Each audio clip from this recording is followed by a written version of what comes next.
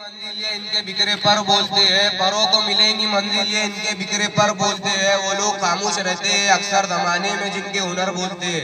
इनाया फातिमा इम्तियाज मोमिन को तकरीर पेश करने के लिए मधु करता हूँ, तालियां बजाकर इस्तेमाल करें।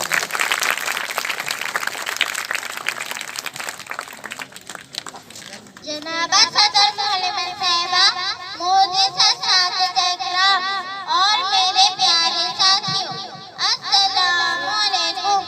मेरा नाम इनाया फातिमा है। मैं दुआ नमाज में पढ़ती हूँ। दुख में सुख में हर हालत में भारत जिसका सहारा है। दुख में सुख में हर हालत में भारत दिल का सहारा है। भारत प्यारा देश हमारा सब देशों से प्यारा है।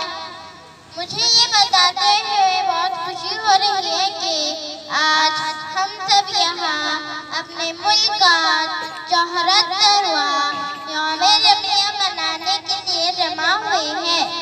यौम जमहूरियत हम हर साल 26 जनवरी को मनाते हैं। 15 अगस्त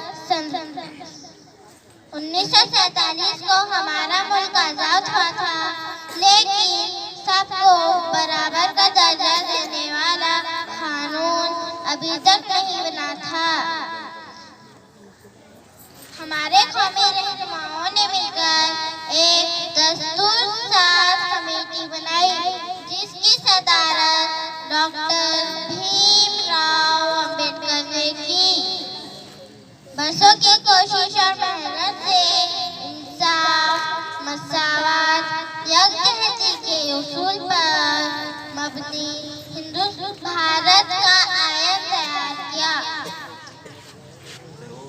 मोहतरम सामाईन, जमहूरियत के मायने हैं अवाम की हुकूमत, अवाम के लिए और अवाम के जरिए।